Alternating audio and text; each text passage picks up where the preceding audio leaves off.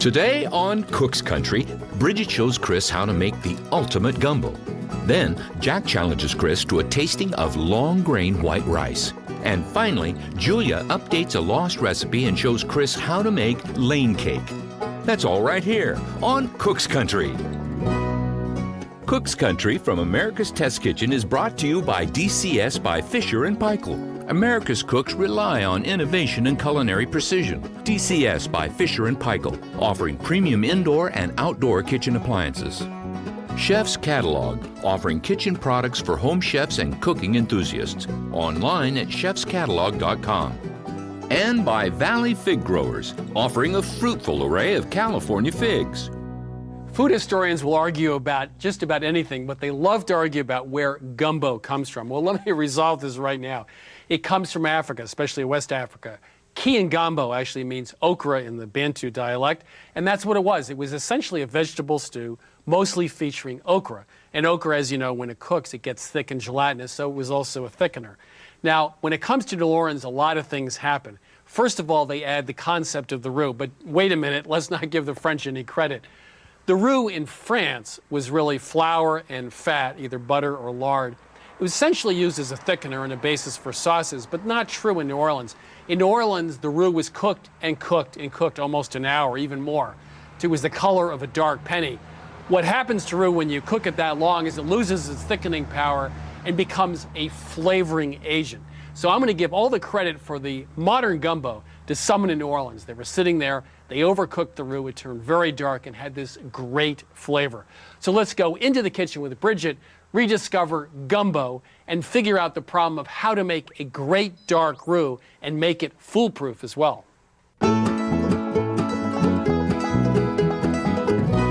So I love gumbo, I've made it many times, but I find that dark roux thing to be a problem. Because, you know, I'm such a patient guy. Yeah, right. Standing by the stove for almost an hour to get that dark penny roux, to get the flavor, is just beyond the pale for me. I wanted to find a way to make a roux that was a lot easier, a gumbo that was streamlined and safer to make too, because that roux can turn into liquid napalm, as some of the chefs call it. This is 3/4 cup of all-purpose flour. Just going to go ahead and put it in the Dutch oven. I'm going to toast this right over medium heat. I'm going to shave off some of the cooking time a little bit later on. All right, Chris, it's been 5 minutes. The flour has toasted nicely. How do you know? It looks like flour in a pot. It does look like flour in a pot. So we've got a bowl of raw flour right over there, just to compare the color. So you can really see. Yeah, it's much deeper in color. Just a nice tawny shade. Tawny. Yes. I'm going to turn the heat off and just scoot it right off the burner there. And this is a 1/2 cup of vegetable oil. I'm going to whisk it right into that toasted flour. And since I'm doing this off heat, I don't have to worry about any scorching, any burning. And you can see the color of the roux already. I'm beginning to like this recipe very much. All right, so that looks smooth. So we're not going to cook it on the stovetop where it may go out of control and burn. And we found an interesting technique in a cookbook that made an oven roux. Basically stuck the whole roux right in the oven. So on goes the lid. It's going to go in a 350-degree oven for about 45 minutes. All right, say goodbye to the roux, which gives us plenty of time to work on our other ingredients. And the most classic 3 ingredients that go into almost every Louisiana pot is the onion, the green bell pepper, and the celery. So let me show you how to cut the onion. Just want to cut it right through the root in. Of course, peel my onion. I like to get that tip off. So just using my knife and working parallel to the board, I'm just going to cut a few parallel cuts. Then working across the onion, just make cuts all the way through and then across. Just put this in my bowl. All right, moving on to celery. Just 1 rib of celery. I find it easier to cut it in half so you're working with 2 shorter pieces. And then cut it straight down the center. Now it's going to be easy for us to get a pretty fine dice just by making long julienne cuts and then cut right across. We need to put the celery in the bowl. Finally, green bell pepper. Expose the seeds. And I want to get rid of any of these ribs. They're pretty bitter, too bitter in fact. Now we're cutting the bell pepper into a little bit larger pieces than the onions and celery. We want them to retain more texture. All right, so just put this right in there. Just have to wait for that roux to come out of the oven. I'd say it's got about another 40 minutes. Okay. All right, it's been 45 minutes. Let's go check on that oven roux.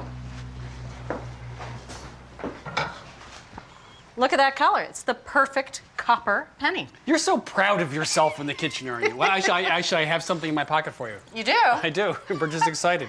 Here we are. Oh, that's my salary. That's it. This is it for good job. Thanks. Nice job with the roux. That's about the copper penny. I'm going to keep the penny. Oh, of course. But of course, we've got a couple of other examples of what can go wrong with a roux. Now, I've got a blonde roux here, which hasn't cooked enough. And here's the other extreme. That is a burnt roux.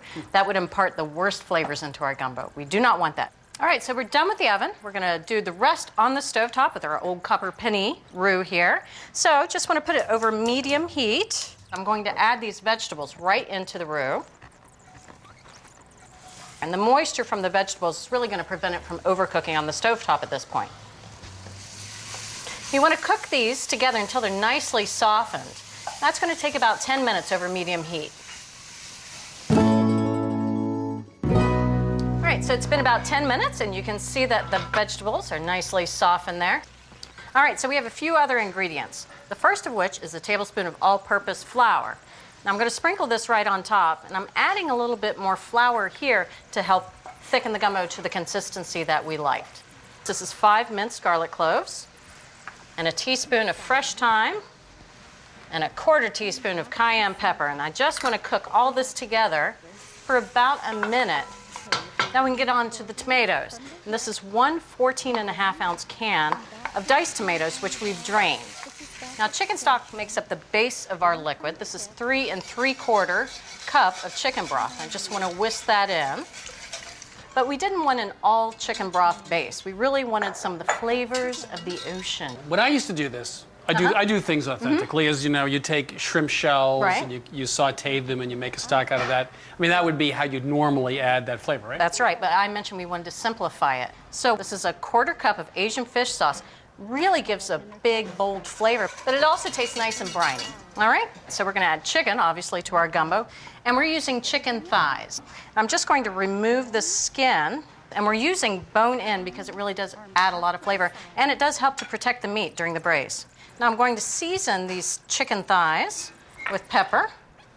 So we're just going to plop these right into our Dutch oven here, fully submerging them right in there. Now I'm going to put the lid on and reduce the heat to medium-low. And we're going to cook these chicken thighs until they're good and tender. And that's going to take about 30 minutes. All right, so Chris, I took those chicken thighs out. They were in there for about 30 minutes. First, I have to take them off of the bone. And now I'm cutting them up into bite-sized pieces.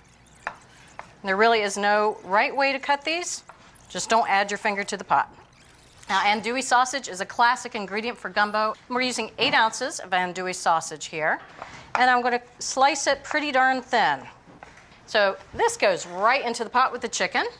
Final ingredient thus far is okra. Now, this is frozen okra, and believe it or not, most of the time frozen okra is better than the fresh you can find at the supermarket, if you can find fresh at the supermarket.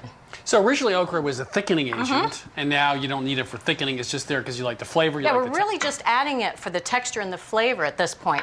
And what we've got here is 2 pounds of extra large shrimp. We're just going to simmer it for another 5 minutes. The shrimp are going to be super tender. It's been 5 minutes, shrimp perfectly cooked. Let's serve it up. And we've got some white boiled rice here. Always goes on the bottom of a gumbo. Oh my goodness. Oh, that looks beautiful. Thank you very much. Smells fabulous. We're going to actually taste this now. We sure are. Whoa, wow. I really hate to say this, but this is actually better than the recipe I have, which goes back for generations. I think that you found your new gumbo. So once again here at Coast Country, Bridget Lancaster saved the day by taking gumbo, which takes forever to get that roux just right. We just toasted the flour by itself, added the oil, and threw it into an oven for 45 minutes covered. Then we used a little bit of fish sauce to add flavor to it. Shrimp, of course, chicken thighs that were put in there and then shredded, and some delicious andouille sausage, and a hint of okra at the end. And there you have it, the world's easiest, and I think also the best gumbo.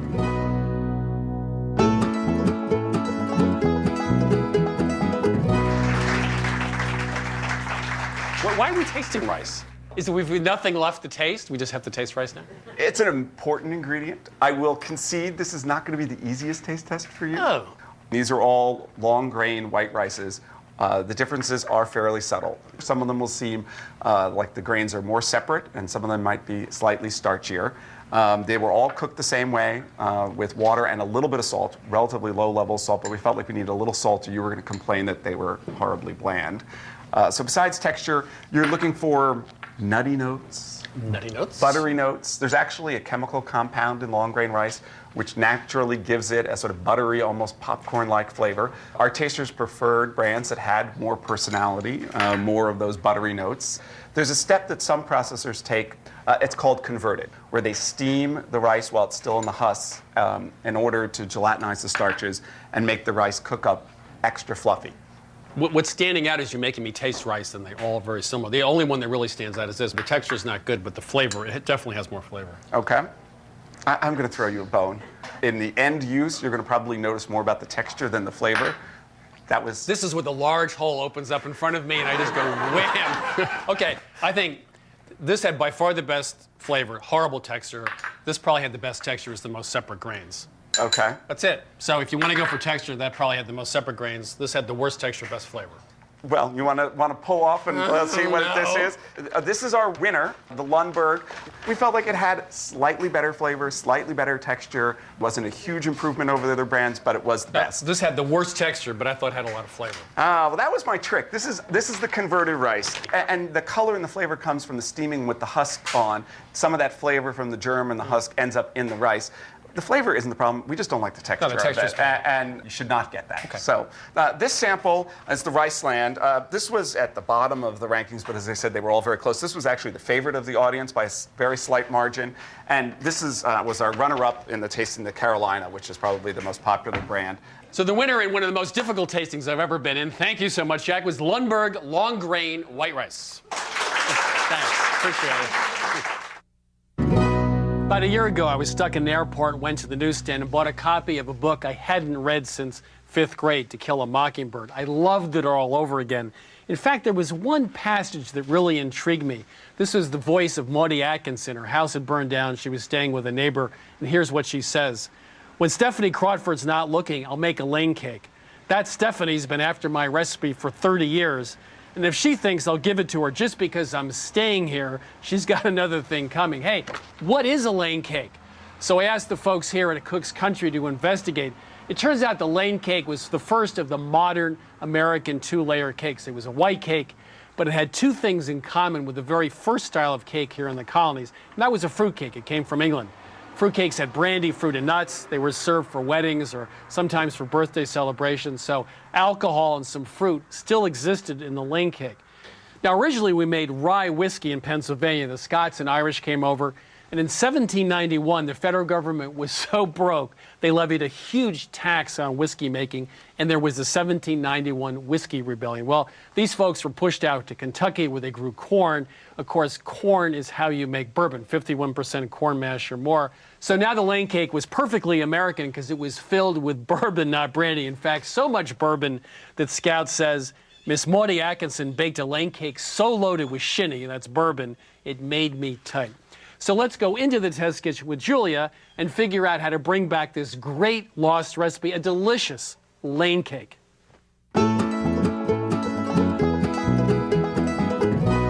Well, if one wants to bring back a lost recipe from the history of the South, lane cake would certainly be the one because it's our favorite old-fashioned cake. Yeah, and actually this recipe traditionally was very fussy. It took a couple days to make.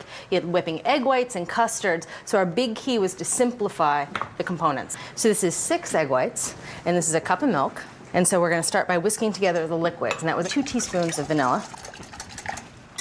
And now we're going to whisk together the dry ingredients, including the flour. And this is 2 1/4 cups of cake flour, 1 3/4 cups of sugar, 4 teaspoons of baking powder, and 1 teaspoon of salt.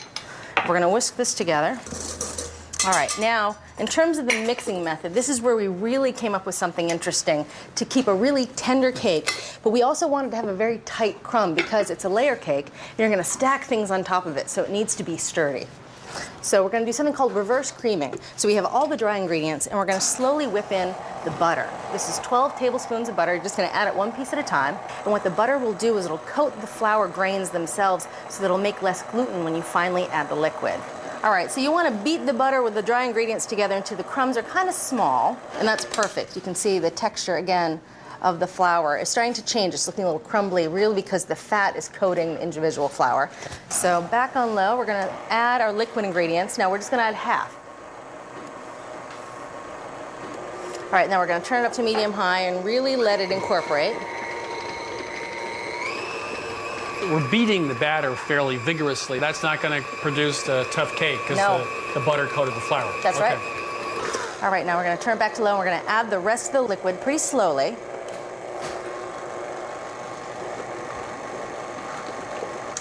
Now we'll do the rest by hand to make sure there's no lumps in there.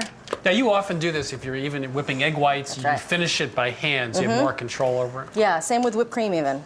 Oh, that looks good. So 2 9-inch cake pans, and of course they've been greased and floured. So we're going to evenly divide the cake batter between the 2 pans. You just want to eye it, make sure it's nice and even. Let's just get every last bit of that batter. So we're going to bake these in a 350-degree oven right on the middle rack for about 20 to 25 minutes. Now, so far so good, but sometimes when you take cakes out of the oven, they look just like this. They're domed, and that's a problem. Now, you can actually just cut this off, or you could flip the top layer on its top like this to have a flat top, but we don't like domed cakes here at Cook's Country, so here are a few tips to avoid that problem. The first is, this is a Cooper Atkins oven thermometer. It's about $6. You may have an oven that's too hot or too cold. The wrong oven temperature often results in a dome cake. That's the first thing.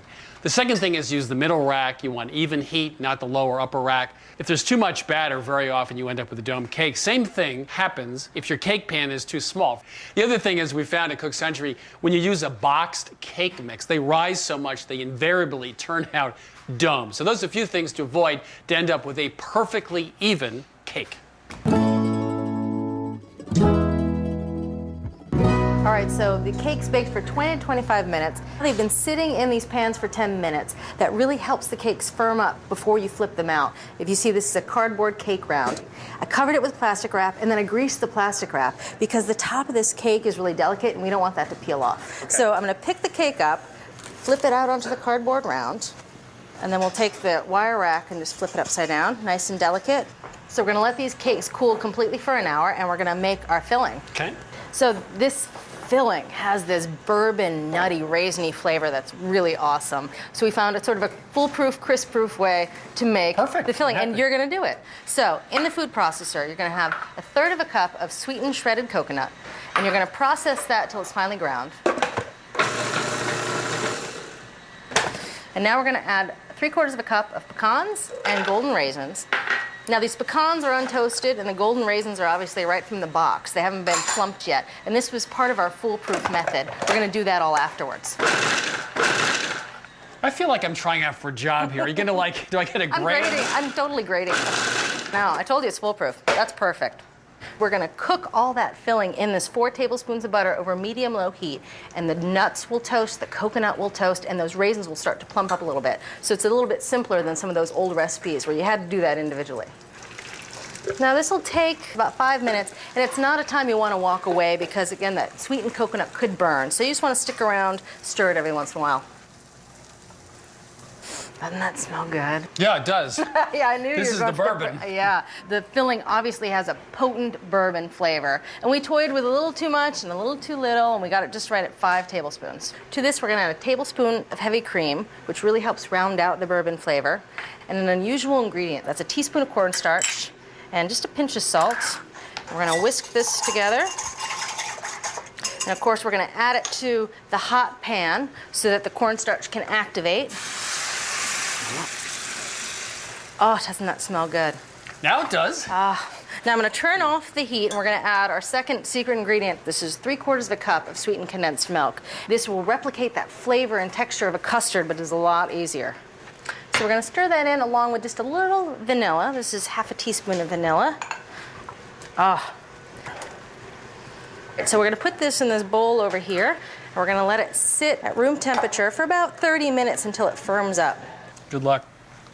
You better leave some. All right, so it's time for the last step of this cake, which is the frosting. This is 2 large egg whites, and this is a 1/4 teaspoon of cream of tartar. Cream of tartar, of course, helps the egg whites be a bit more stable when whipping. And we're just gonna put it on low until they're a little frothy, and then we're gonna shake in about 1/4 cup of sugar. You can see those egg whites have gotten a little foamy around the edge, and now we're gonna add a 1/4 cup of sugar. And we're gonna whip those egg whites a little bit higher speed, and we're gonna look for soft peeps. All right, so this is looking good. You can see they're glossy, they're starting to hold their texture. We have to cook the egg whites, because right now they're still raw, which of course there's safety issues and structural issues. And traditionally you do that with a sugar-water mixture that's heated up to a very particular temperature. So what we found is corn syrup is a really easy solution, and this is 2/3 of a cup of corn syrup. And what you're looking for is that it's hot and you have big bubbles around the rim of the pot. Now we're gonna add the hot syrup right to the egg whites on low, and there's a sweet spot where you pour it in. And the sweet spot is between the side of the bowl and the whisk, because if you hit the whisk, of course, it splatters it all over. But if you hit the side of the bowl, the syrup will really solidify and cool pretty quickly. And now I'm gonna add a teaspoon of vanilla extract for flavor. We're gonna crank it to high and let it rip. Frosting's done. So to assemble the cake, we'll put 1 layer on the bottom, and we're gonna spoon this filling, which you can see is really set up substantially as it sat at room temperature. And we're just gonna spread this filling right to the edge of the cake. Now usually if a filling's very soft, you leave a buffer zone, but this filling is pretty firm, so we're gonna go right to the edge. Now we're gonna put the top layer of cake on. I'm actually gonna put it on upside down so that you get a nice flat top. Yeah. And now we're ready to frost it. You just want to put a good dop of it on the top, level it out, put it on the sides, covering up the cake and the filling. You don't want to rush it. All right, so now we're just going to level it off a little bit, and then we'll go back in with a spoon and make it all swirly. We're done. I am very, very happy right now. You are. I'm about to be a lot happier. You are about if to you be just a cut lot the cake. happier. Yeah, absolutely. Isn't it a looker, though? Isn't that a beauty? I'd just like to point out that we need a minute to just look at You this. can have your minute. Come on. That's so good. The buttery flavor of the cake with the bourbon and then that silky icing is such a good combo. So this recipe was mentioned in To Kill a Mockingbird. It was Maudie Atkinson's favorite and famous cake. We took a basic white cake, modified that. We took a frosting, really an Italian meringue, which is sugar syrup and egg whites. We used hot corn syrup instead, which stabilized it. The filling was very similar, which just simplified it by sauteing those ingredients in butter, and of course using sweetened condensed milk instead of egg yolks to thicken. So there you have it, a fabulous recipe from the South, Lane cake, a blast from the past here at Cook's Country. If you want to get this recipe and all our recipes from this season, our tastings, testings, and watch selected episodes of this show, go to our website at cookscountrytv.com. All of today's recipes are just a click away. Visit our website anytime for free access to this season's recipes, taste tests, and equipment ratings, or to watch our current season episodes. Log on to cookscountrytv.com. Best Country Recipes. Cook's Country TV's home recipe companion includes every recipe, taste test, and equipment rating from this season's shows. With the recipe companion, you will also receive this 2-DVD set featuring all 13 episodes from this season. The cost for Best Country Recipes and the 2-DVD set is $19.95. To order, call 1-800-888-3384 or order online at cookscountrytv.com. Cook's Country from America's Test Kitchen is brought to you by DCS by Fisher & Paykel. America's cooks rely on innovation and culinary precision. DCS by Fisher & Paykel, offering premium indoor and outdoor kitchen appliances. Chef's Catalog, offering kitchen products for home chefs and cooking enthusiasts. Online at chefscatalog.com. And by Valley Fig Growers, offering a fruitful array of California figs. Ready and action. We don't want to make a McFlop, but we do want to make chicken McDuggets from scratch, yes. We do have to taste.